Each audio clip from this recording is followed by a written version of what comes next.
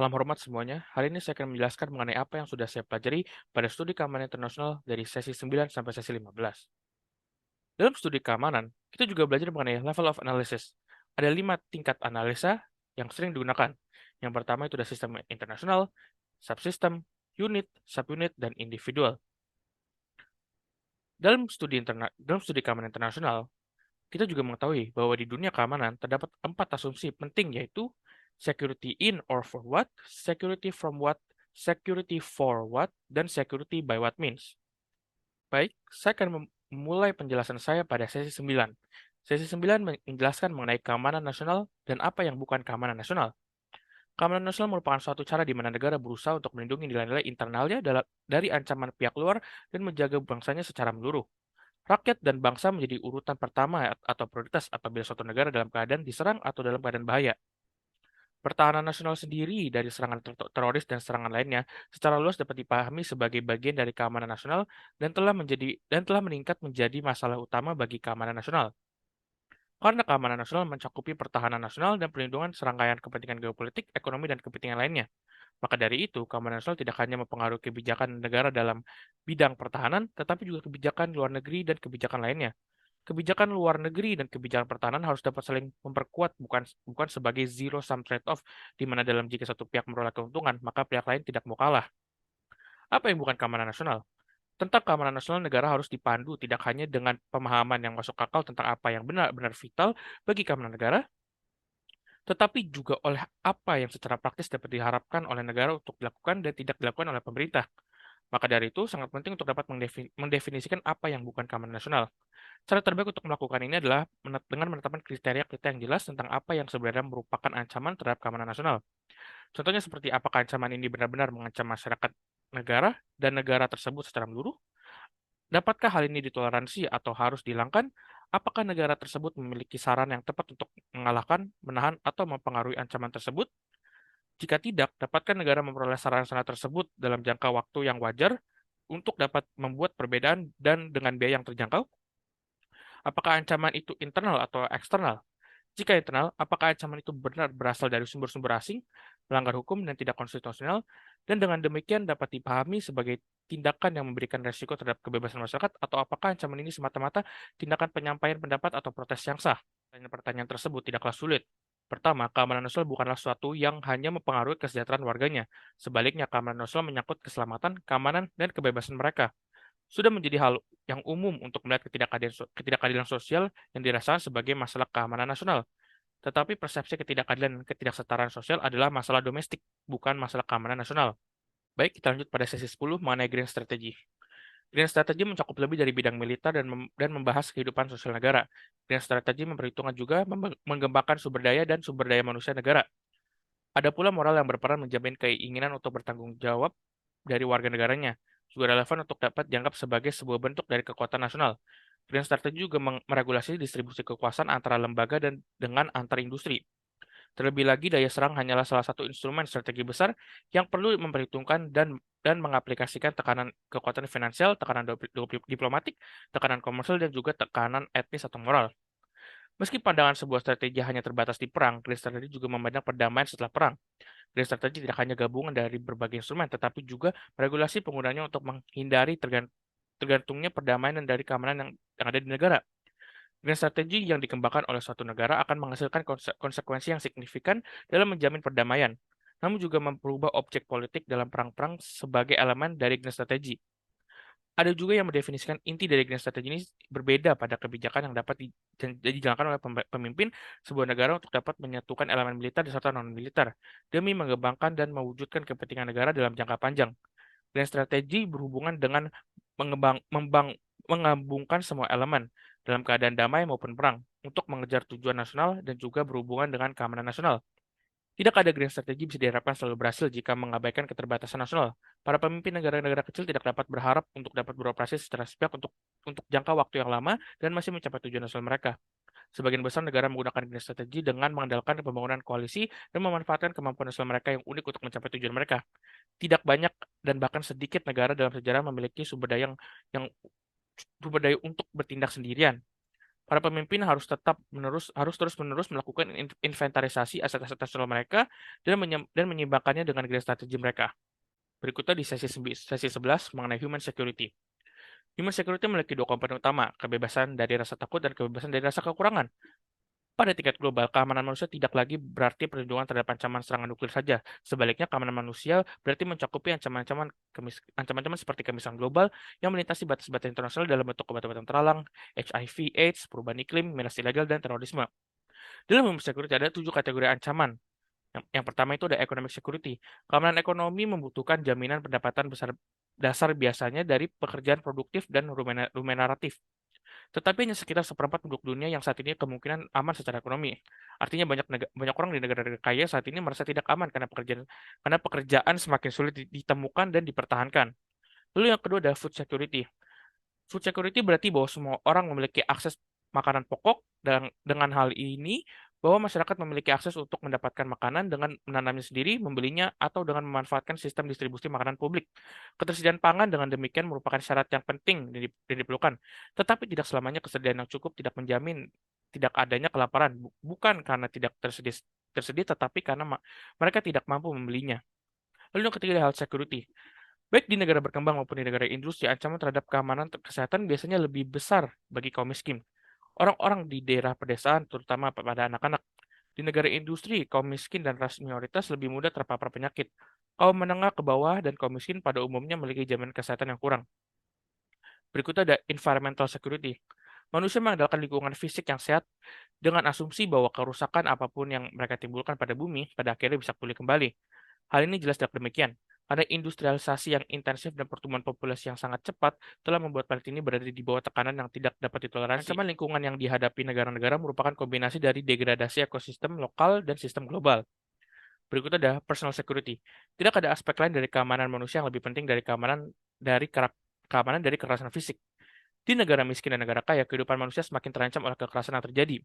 Ancaman-ancaman ini datang dari negara seperti penyiksaan fisik, ancaman dari negara lain seperti perang, ancaman dari kelompok masyarakat lainnya seperti eh, perang etnis, ancaman dari individu atau geng terhadap individu atau geng lainnya seperti kejahatan, kekerasan jalanan, ancaman yang ditujukan kepada perempuan seperti pemerkosaan, kekerasan dalam rumah tangga, ancaman yang ditujukan kepada anak-anak seperti pelecehan terhadap anak. Lalu ada ancaman yang terhadap diri sendiri seperti pembunuhan dan penggunaan narkoba. Lalu berikutnya tentang community security. Kebanyakan orang memperoleh rasa aman dari keanggotaan mereka dalam satu kelompok, keluarga, komunitas, organisasi, kelompok ras, atau etnis yang memiliki identitas budaya dan nilai yang sama. Kelompok-kelompok tersebut juga menawarkan dukungan praktis, misalnya menawarkan perlindungan kepada anggotanya yang lebih lemah. Tetapi antar komunitas ini juga dapat membawa ancaman bagi manusia, contohnya seperti adanya perang antar suku. Yang terakhir yaitu political security. Salah satu aspek terpenting dari keamanan manusia adalah bahwa semua orang harus bisa hidup dalam masyarakat yang menghormati hak asasi mereka. Pada tahun 1980-an, merupakan dekade transisi demokrasi sebagaimana banyak diktator militer menggunakan kekuasaannya pada pemerintah sipil atau satu negara partai membuka dirinya untuk pemilihan umum multipartai. Namun masih ada jalan panjang yang harus ditempuh untuk melindungi rakyat dari penindasan negara. Salah satu indikator dari ketidakamanan politik di suatu negara adalah adanya prioritas yang diberikan kepada pemerintah kepada militer. Karena pemerintah pada umumnya menggunakan tentara atau kekuatan militer untuk menindas rakyatnya sendiri. Berikutnya, pada sesi 12, Homeland Security. Homeland Security dapat diartikan sebagai upaya suatu negara dalam melindungi keamanan domestiknya dari serangan teroris. Homeland Security merupakan kesiapsiagaan negara dalam menghadapi suatu bahaya. Fokus dari Homeland Security sendiri untuk membantu mempersiapkan diri dalam menghadapi berbagai serangan, seperti serangan teroris dan bencana alam. Perbedaan Homeland Security dengan National Security adalah Homeland Security lebih berfokus pada melindungi kepentingan negara dari serangan domestik dan global, sementara Homeland Security lebih berfokus pada perlindungan keamanan batas-batas teritorial negara. Ada 3 strategi dalam Homeland Security. Yang pertama ada preventing terrorism. Preventing terrorism menjadi prioritas. Tujuan dari preventing terrorism ini contohnya seperti peningkatan intelijen dan kewaspadaan terhadap kegiatan teroris, memperkuat keamanan di perbatasan untuk mencegah teroris dapat keluar masuk dari negara tersebut, dan ada yang namanya kontra terorisme domestik, dilakukan oleh badan-badan penegak hukum domestik untuk mencegah kegiatan teroris. Yang kedua ada reducing vulnerabilities. Tujuannya seperti melindungi infrastruktur yang penting dan mencegah teroris memperoleh dan menggunakan senjata pemusnah massal dan mengurangi kerentanan negara terhadap serangan semacamnya. Yang ketiga ada minimizing damage and recovering from attack. Strategi ini yang terakhir ini berkaitan dengan kemampuan satu negara dalam merespon jika serangan benar-benar terjadi. Negara harus dapat meningkatkan kesiapsiagaan mereka yang mencakupi proses manajemen insiden yang terkoordinasi dan kemampuan respons yang efektif. Siapa sebenarnya yang bertanggung jawab terhadap Homeland Security? The Secretary of Homeland Security bertanggung jawab terhadap hal yang disebut critical infrastructure. Critical infrastructure ini merupakan sistem dan aset suatu negara, baik fisik atau virtual. Merupakan hal sangat penting bagi negara sehingga tidak kemampuan atau kehancuran sistem dan aset tersebut bukan hanya berdampak melemahkan keamanan negara, tetapi juga dalam bidang ekonomi nasional dan kesehatan atau keselamatan publik. Critical infrastructure ini seperti pertanian, pangan, air, kesehatan masyarakat, layanan darurat, pemerintah, informasi dan telekomunikasi energi, transportasi, perbankan, dan keuangan. Baik, pada sesi 13 mengenai National Defense, National Defense bertanggung jawab dalam menjaga kelestarian dan kelangsungan negara hukum yang demokratis yang dikenal sampai saat ini. Ini termasuk memerangi perdagangan narkoba baik di dalam maupun di luar negeri, mengurangi kejahatan terorganisir, melindungi perbatasan, memerangi perdagangan orang, melestarikan kepentingan negara di kancah internasional yang semakin kompetitif, baik itu kepentingan ekonomi, politik, atau bahkan lingkungan.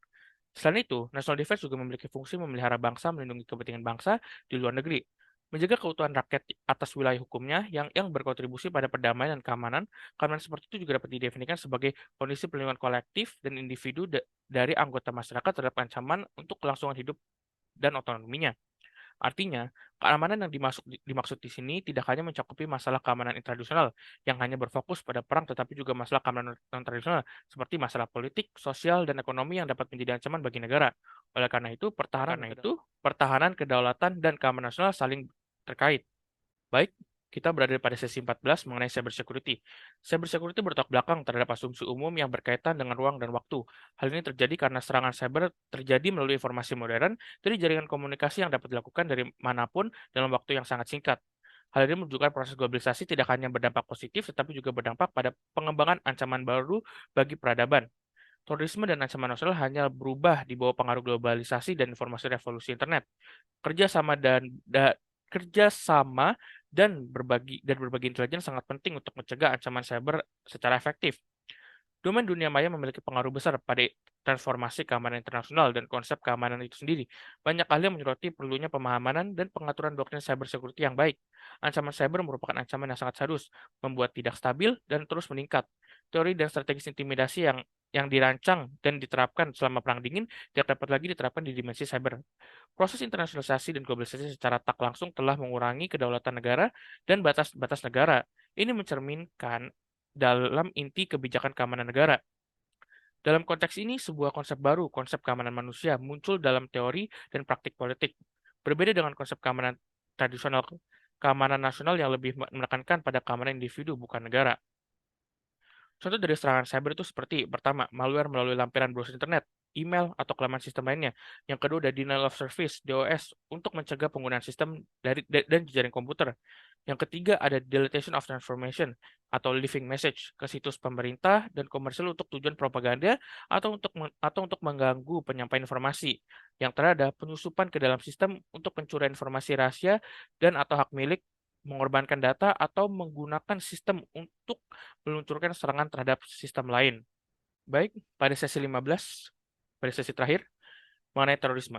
Terorisme merupakan fenomena multidimensi yang mencakup unsur politik, ekonomi, sosial, dan ideologi, mendorong orang untuk melakukan tindakan kekerasan dan terlibat dalam kegiatan tersebut. Definisi umum terorisme adalah pengguna kekerasan terhadap warga sipil untuk mengirim pesan guna mencapai tujuan politik. Dengan kata lain, paling tidak terorisme dapat didefinisikan sebagai taktik kekerasan kriminal yang digunakan untuk mengirim pesan dan mencapai tujuan politik melalui penggerakan warga sipil. Hingga saat ini, keberadaan dan ancaman laten terorisme Islam masih menimbulkan tantangan yang berat bagi masyarakat global.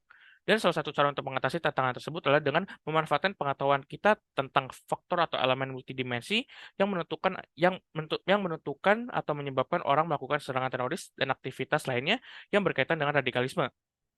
Masyarakat diharapkan dapat memanfaatkan pengetahuannya tentang faktor atau elemen penentu multidimensi seperti itu akan meningkatkan pemahaman kita tentang penyebab dan pola mendasar yang terus mengalami terorisme jihadis.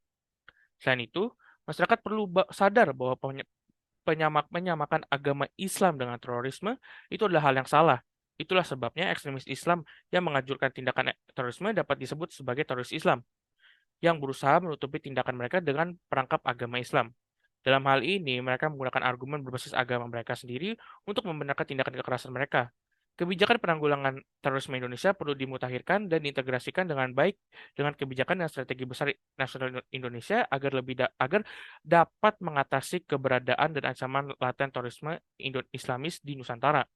Dalam merencanakan kebijakan kontraterorisme pada masa depan, ada beberapa poin yang dapat dijadikan fokus utama, yaitu memperbaiki kondisi ekonomi, sosial, dan politik, menangani mengenangani jejaring sosial sebagai titik masuk ideologi radikal secara efektif, menekan kekuatan pengaruh ideologi radikal secara efektif, dan yang terakhir, meningkatkan kualitas dan kuantitas intensif pemerintah. Sekian dari saya, terima kasih.